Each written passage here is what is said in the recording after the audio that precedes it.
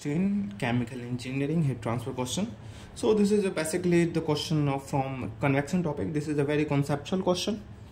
So experiment हमारा 1, 2, 3 and 4. Okay तो यहाँ पे जो डेल्टा टी हमारा वो 30 डिग्री सेल्सियस है, सेम यहाँ पे भी है, यहाँ पे भी है, यहाँ पे भी है. ओके तो एक्सपेरिमेंट 1 में अगर हम देखेंगे तो यहाँ पे जो लोअर प्लेट है इसका हाई टेम्परेचर है, इसका लो टेम्परेचर है.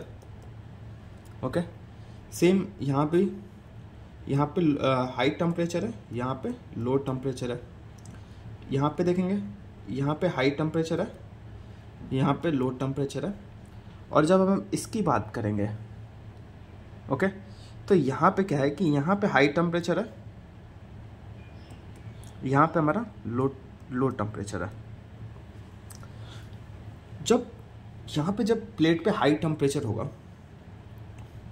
तो यहाँ पे जो ऑयल है, जो मिनरल ऑयल है, यहाँ पे जो मिनरल ऑयल फिल है प्लेट के बीच में, उसके पार्टिकल जो हैं वो लाइट होंगे. तो जब ये लाइट पार्टिकल ऊपर जाएंगे तो यहाँ पे हैवी पार्टिकल नीचे लगाएगा, तो यहाँ पे सर्कुलेशन होगा. यानी कि यहाँ पे जो Q टोटल होगा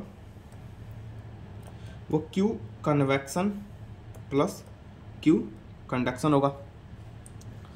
ओके और यहाँ पे जो होगा, यहाँ पे लोअर है, यहाँ पे हाइयर है.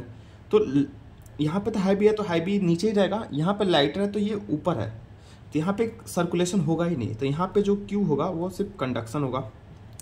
और यहाँ पे Q हायर टेम्परेचर नीचे है लोअर में प्लेट में और ऊपर लोअर टेम्परेचर, तो यहाँ पे सेम हमारा सर्कुलेशन होगा.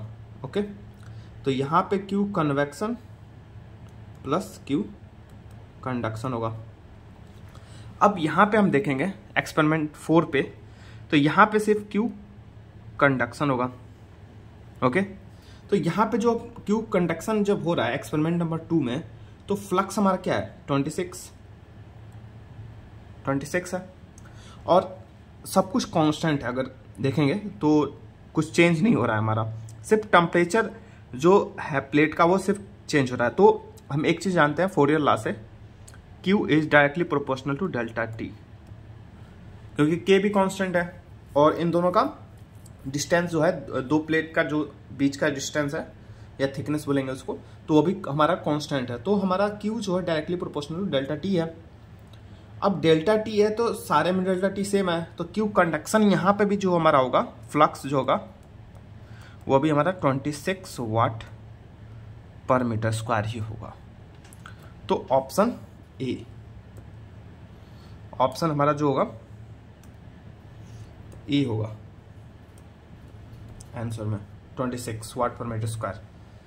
तो अगर हम देखेंगे तो ये हमारा एक कॉन्सेप्चुअल क्वेश्चन है जो कि बताता है कि हमारा कन्वेक्शन किस सिचुएशन में हो रहा है. ओके नेचुरल कन्वेक्शन हो रहा है और यहाँ पे कोई एक्सटर्नल फोर्स नहीं है, तो हम फोर्स कन्वेक्शन होगा नहीं. सो यहाँ पे नेचुरल कन्वेक्शन के थ्रू ये चीज़ हमारा हो रहा है. So thank you very much for watching this video. Okay